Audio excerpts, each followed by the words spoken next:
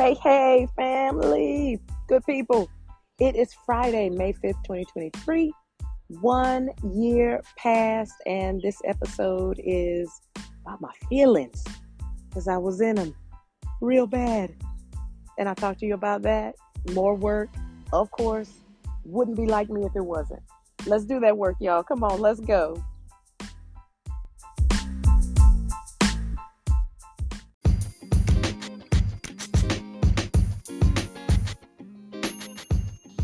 Hey, hey, good people. I am back. It's Jody of Fervor Voice with the 1 year pass series. And we're going to talk about feelings because, like I said, I was in mine and I said I was going to talk to you about it. So, yeah, it's time for us to tackle that. So, over the weekend, I just had some, there are family things that you do, family gatherings that you do, and it's exciting. Like you look forward to doing certain things, especially things that you've never done before. So let me just preface this with saying that I am not a religious woman. I've said that before. I am not religious. I am spiritual. There is no religion that aligns with me. I am not seeking a religion. I have great respect for religions in general, those who follow them. I have great respect for you. I would never try to change your way of practice or your beliefs. I respect it 100% because I think at the end of the day, it's all about believing in something greater than you. And to me, that's what religion provides. It's also what spirituality provides. But it's a matter of what aligns with you, and you are on that path of whatever aligns with you. I believe in freedom of religion and spirituality, of course. So no, I'm not one of those that tries to convince or dismay or that is not me. That's not what I do. But I needed to say that because there are some things that I experienced, and it was just like, okay, wait a minute, I don't know if I understand that. So there was a dedication, my nephew's dedication, great nephew, that is, his dedication. I had not been to one before. I did not know what the experience was going to bring. And that's okay, because I think it's good to recognize that experiences, they're all preparation points. Every experience to me is a preparation point. For what? I never know, but it prepares me for something. And that's always good. I mean, you always want new experiences and new things. So it was a good thing. And appreciating the experience is important as well. So as long as you can appreciate, okay, been there, done that, experienced that, kind of process it and figure out what you get from it. And that's that's in a nutshell what happened. But there were a lot of things in between, right? So I have not been to church other than funerals, um, weddings, and that's not even church. It's just I'm calling church as a noun.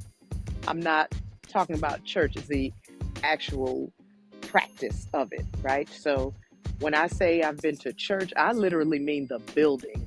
I don't mean prayer. I don't mean practice. So again, funerals, weddings, things of that nature. So I have been in those smaller environments, right? These smaller churches.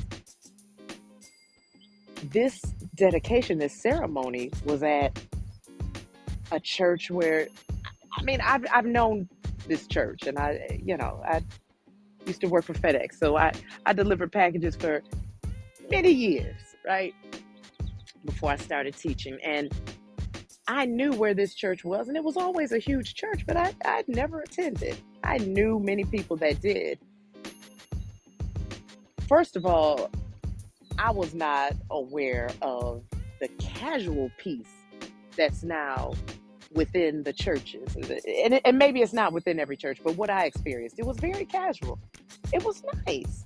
I knew I didn't have to get dressed to the 10, but yeah, it was nice. And we come in and there are people greeting us all the way up the walkway. They're wearing t-shirts. They all have the matching t-shirts and everything. And it was really nice. And everybody was so nice. They were so kind. Greeted you. And, you walk in. Okay, we get past all that. I'm brought into what I thought was the auditorium. And I'm like, oh, wow, this is going to be big. So I go in and because I told them the family I was coming with. So I go in and I see, okay, there's my sister-in-law's mother. So, okay, so that's got to be the section there. The girl directs me there. Just so happens, I'm right next to my nephew and I'm right next to my sister-in-law, right next to his mom. So I'm like, okay, perfect. I don't know how I ended up with this seat right here, but this is exactly where I want to be. And, I sit down and I'm saying to myself, okay, so really wasn't what I had in mind, right? And there's lights all over the place. There's lights and big screens and all kinds of stuff going on. Like, this is straight up entertainment that I was experiencing. We see a step show with the kids, and then the little ones come out and they do their part of the step show and they're stepping together. And I'm like, oh, okay. And I mean, in church, there are always going to be older folks. And I was kind of concerned because I was just like, okay, so this is lightweight clubbing right now, right? So, okay, I don't know. Maybe these folks are comfortable. Maybe this is what they do every Sunday. I didn't have a problem with it. I was just a little shocked. It just wasn't, like I said, it wasn't what I was used to. But I was just proud of the kids. I was proud of the kids having a positive message, doing something they obviously enjoyed because they were in sync. These kids had practiced for hours. This thing wasn't just something that was, okay, we're going to get together and have practice for, an hour or whatever. And we're going to do the best we can when we perform. No, they were together and on point.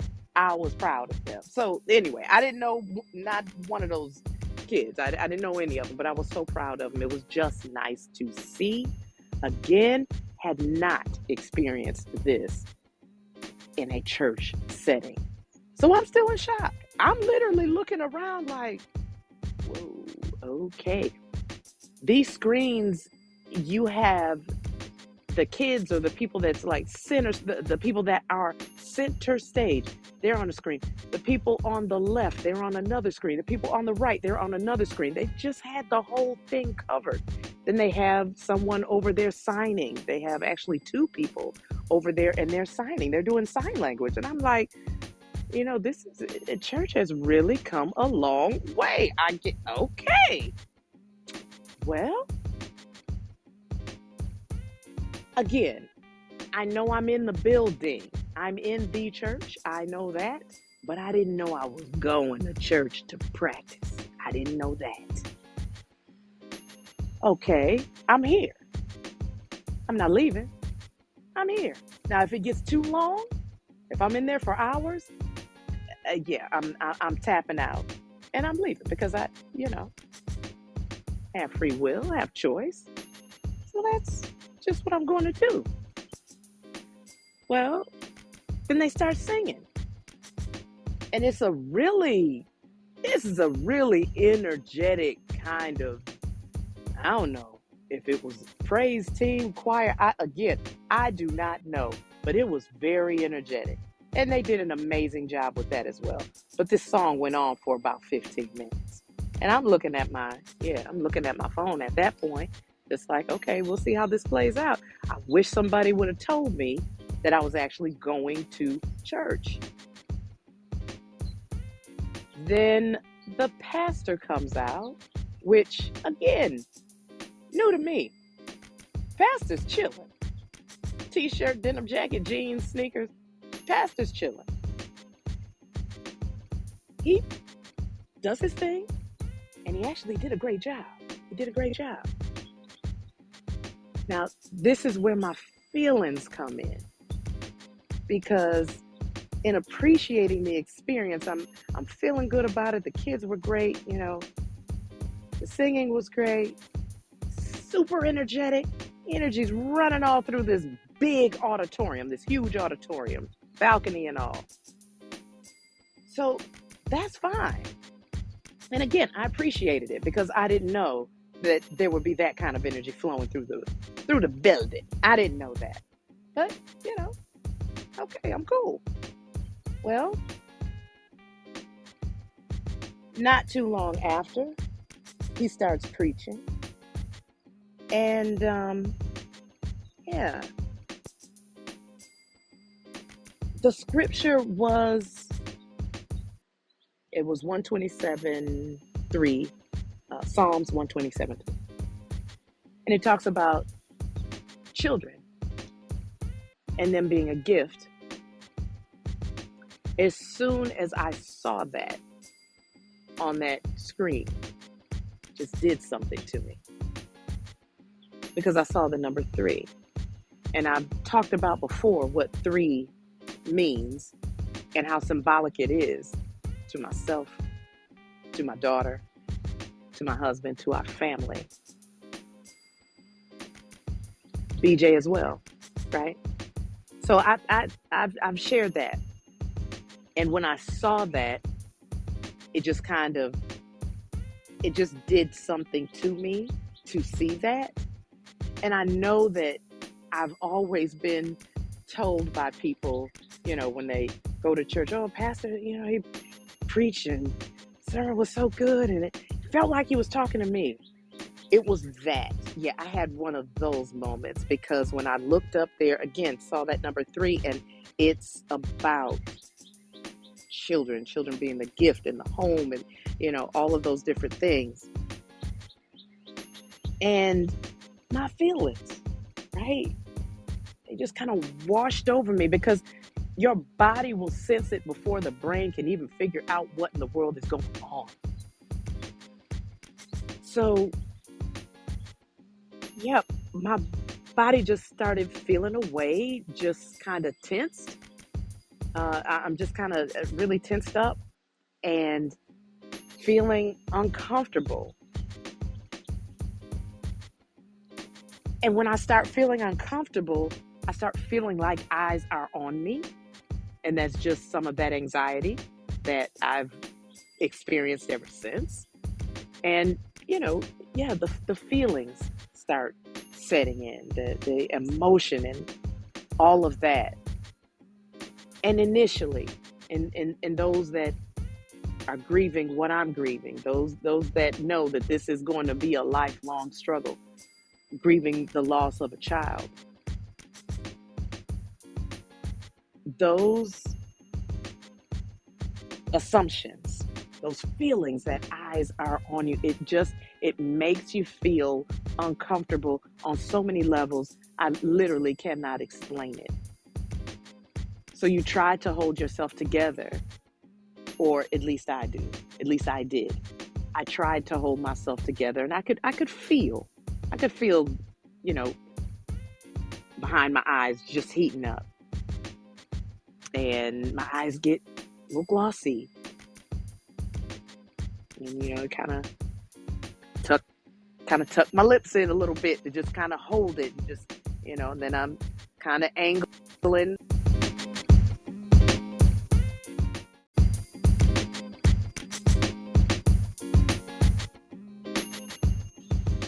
My body, and I'm just trying to hold it together. I'm doing my best to hold it together.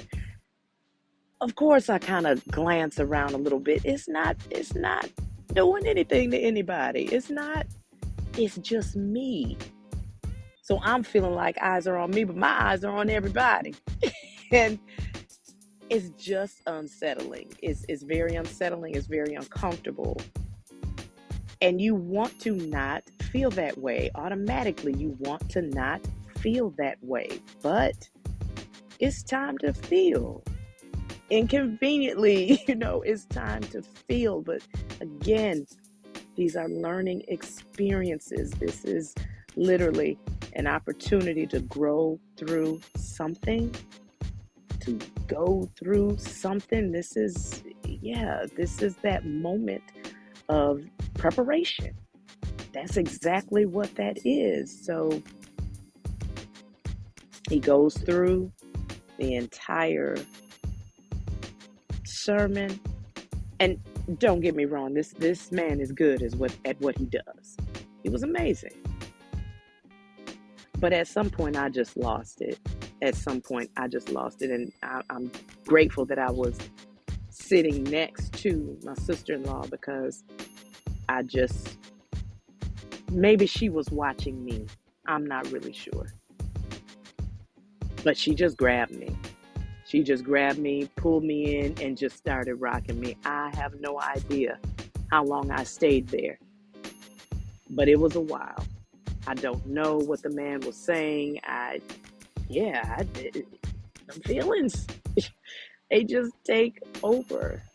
Don't allow you to really process in the way that you probably normally would. And as I said, when you're already feeling a certain way, like I said, as soon as I saw 3, boom, that did it. As soon as I saw children, boom, that did it. As soon as I saw a gift, boom. Because in my space, I was feeling like gift, yes, that I no longer have, but it's a gift. The gift that I no longer have.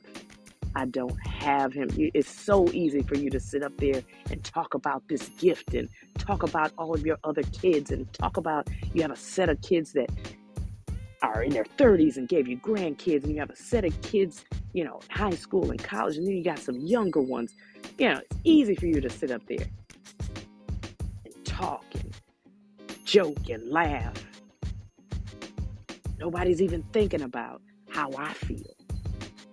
And that's exactly where I was, and everything that man said, until I just didn't have the strength to hold myself up anymore. Everything that man said felt like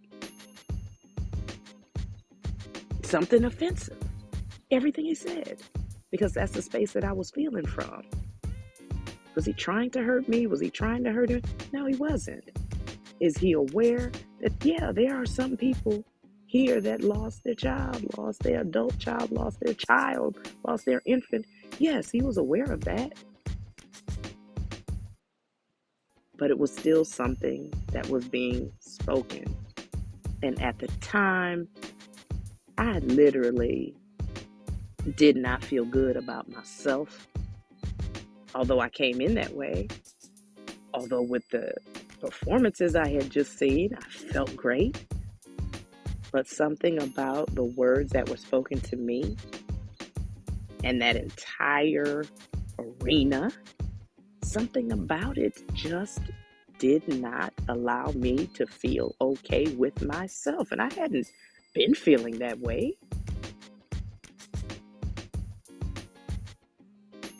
But after I came back to that certain space, and by then there's somebody else already there hugging me and holding on to me. It's my other sister-in-law. I didn't, you don't know what's going on sometimes when you're just in your emotions, in your feelings. You just don't even realize what is going on. So I have 2 people holding on to me, supporting me, giving me what they sensed, maybe what they even saw that I needed, that I didn't even recognize. So it was at that point, I said, wait a minute. What am I beating myself up for? What is this? Am I confused? Or what? I know I'm not a bad person. I know that these things happen. I understand that everything happens for a reason. I understand that my son was, in actuality, a gift to me. He's still a gift to me. He's still giving to me every single day. Every single day, I see him in things, be it around the house, be it out in public, every single day. Every single day, I think, oh, he would have said this or he would have said that. And certain things have happened where I've said that ain't nobody but my baby. Ain't nobody but me. Many, many times. But that particular situation took that from me for a little while. And then once I came around and once I was able to say to myself that, yes, I'm okay. That yes, I have my sisters-in-law here. Yes, that they are supporting me and they got me. Yes, I'm okay. I had to think about some things and I had to get some rest. So after that was over, I didn't even stick around. Normally I stick around, laugh, talk, whatever, because my whole family is there. But no, I had to leave. I had to leave because I needed to give my body some rest. And not only did I give my body some rest, I gave my whole brain some time to just get clear. Didn't get out of bed the next day. Just too heavy, just too much processing, just too much emotion, just too much confusion, just too much.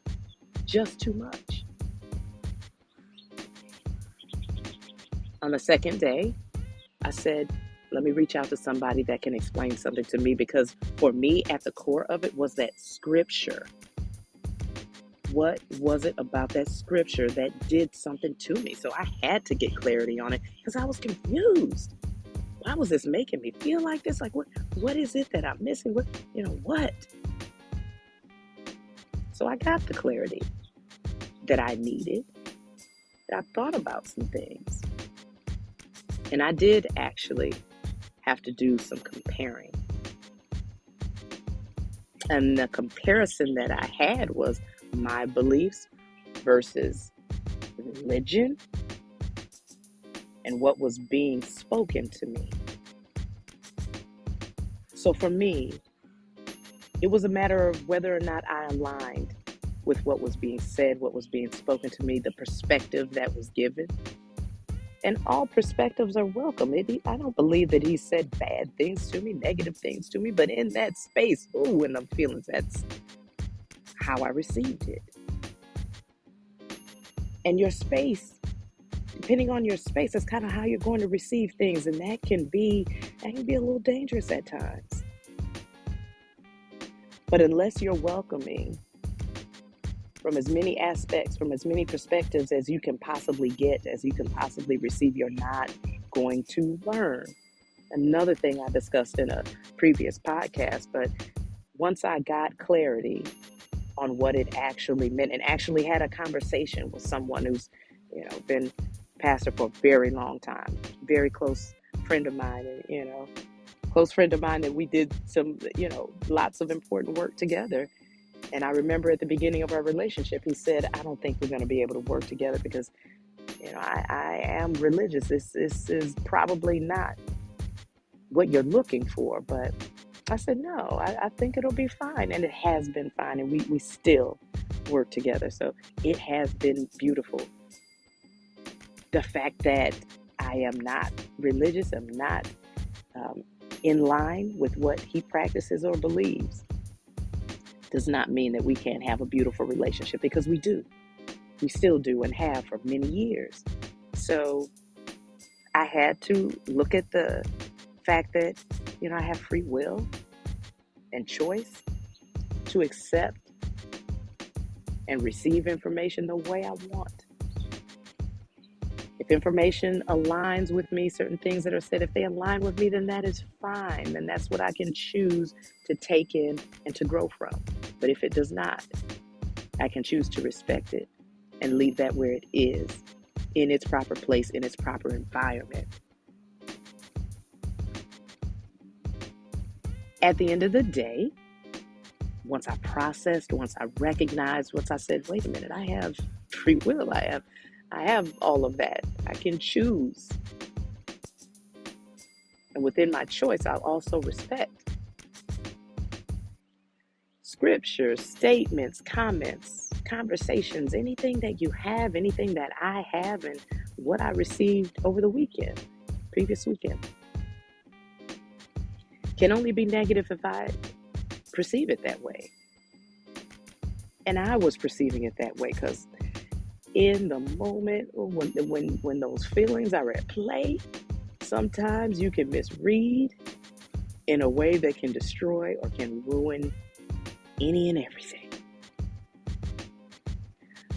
But if you're willing to appreciate the experience and recognize that experience is a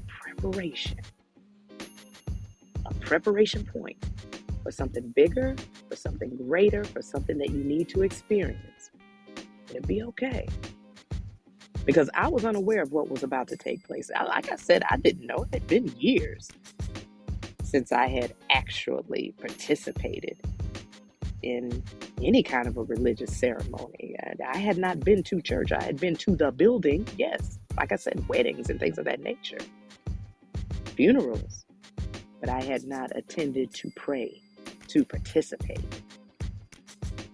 So, yeah, that experience was one that it did make some shifts because I was unaware of, number one, what was going to take place. Number two, how I was going to feel. Number three, the anxiety levels. When you go through a traumatic experience that just rocks your core, those emotions and different feelings that are just all over the place, and cause that PTSD and those different situations that you're going to have to deal with for life. And that's exactly what I deal with on a day-to-day. On a day-to-day. Sometimes I do get angry because it's, what do you expect me to say? What do you expect me to do? You know what I went through. But those feelings have to be put in check. And there's an art to it, putting your feelings in check so that you can handle in a way that doesn't offend others, in a way that doesn't blow things up. Feeling a shift, physically inside, and your brain can't even understand what's going on until you actually give it time. Your body will pick up on it first and start doing things. It'll start slowing you down. You'll start feeling away. You have to accept those feelings, let them come and let them go. Pick that life ball up and run with it again. Let the experiences be what they need to be. Preparation points. Let them be that. Keep going, keep growing. Like I always say, to keep walking. Accepting the support. Because sometimes people see what you don't see. I didn't know Adrian saw that I was already drained. I didn't know she saw that. Because she reached for me and just pulled me in. I did not know. But I'm grateful. And there was a reason I ended up right there in that seat. There was 3 rows of us. And for some reason, I ended up right there in between my nephew and his mom. My nephew, who, by the way, looks just like BJ. I look at him and I see his face. But there was a reason that I was there. No place I would have rather been. No place at all. So to wrap this up, grieving is my life. It's all of our lives. The level of grief, whether it's a child, a good friend, a loved one, may look different, but we're all grieving. And we all have to learn how to experience that grief in a way that does not cause us to go in reverse, but a way that will allow us to feel, learn from it, strengthen from it, continue to keep walking, because that's what this is all about. That's what life is all about: living, learning, loving. That's what it's all about, those 3 L's. And if you're fighting hard enough, that pain, that grief, it bubbles up. It definitely does. Having the tools to succeed through that is key. Grieving is life, but life is worth living. That's all I have for you today. Think about that. Give that some thought. The next time you're somewhere you really don't want to be, experience it. Because there is something you're getting out of it. I got perspective out of mine. May not be the way I choose to move forward, but it did bring me further understanding of how certain religions, certain people think of children, think of the house and the home. It gave me great perspective, and it was very helpful. It is helpful. The information you've received should help you to grow, even if it's not what you want. It should help you to grow. Good luck on that journey of information and accepting all information and doing the right thing with it. Allowing yourself to live, learn, and love through it. That is all I have for you today. Friends, family, I will be back with you so soon to share another story with you, another learning piece with you. I enjoy this so much. You just don't know. I am happy to be here with y'all, and I will talk to you soon. Jody signing off from Forever Voice.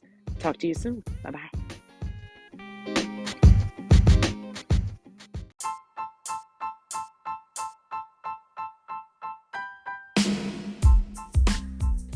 Last thing, back for the recap. So just recapping as quickly as I possibly can. Started off talking about the dedication, and actually the dedication was beautiful, in all honesty. It was the kids showing up and doing what they do. Yeah, that was beautiful. It was just, I was in my feelings about the way I process things. But yep, dedication was beautiful. Preparing myself to feel and accept. I touched on that. Yeah, the vibe, just the different vibe in churches. Let me not say churches, the different vibe that I felt in that church, in that setting. How about that? And it wasn't a bad one. Like I said, I thought the dedication was beautiful. Receiving people's message or their communication from a space that probably doesn't let you receive in the best way. Just being careful about that, where you are when you're attempting to receive. So you have to be in a place that's willing to receive in the best light. You know, my principal used to always say, assume the best. And I remember I used to tell her, oh, that's not intelligent. I remember I used to say that. But yeah, that's true. And by assuming the best, I don't think she means to be blind to what people do, but I think that she meant to make sure that your heart is in a good space to receive. That's how I perceive it anyway. Another thing, just the fact that nobody was trying to hurt me. Nobody really was. Feeling things, experiencing things, and then releasing them as a complete process. Right? And getting back to where you need to be. Because I was broke down. I had to be a Yanlud. Remember when Iyanla Van Zandt, I used to love watching that show. Remember when Iyanla would put grown women on her lap and just be rocking them? I had to be a Yanlud. It felt good though. It felt good. But yeah, after that, just recognizing that there are triggers out there. We are all grieving. I meant that. We are all grieving in one way or another. And there are triggers that send us into a different place, a different space. And we need to deal with that. Go ahead and let yourself rest. And you need to get back up because it's ultimately your choice whether or not you want to stay in that space, whether or not you want to stay in them feelings. Staying in them feelings is really not going to help, but you need to accept it, recognize it, and move your way on through it so that you know what to do with it when it comes up again. Definitely will come up again. Like I said, we're going to grieve the rest of our lives. That's part of the process. That is life. Just want to, at the end of the day, dedicate this episode to my sister-in-law, Adrian. I cannot tell you how much I needed you that day. I cannot tell you. And I thank you. I appreciate you. And I love you so very much. Sis, thank you for being there for me and seeing what I needed and immediately giving it to me without permission, without asking, just forcefully. Yeah, gripping me up in those arms and letting me know, hey, I love you. I appreciate you so much for it. Hey, you know who we are to each other. You know what we've been through. And forever, we will be mothers of the quad.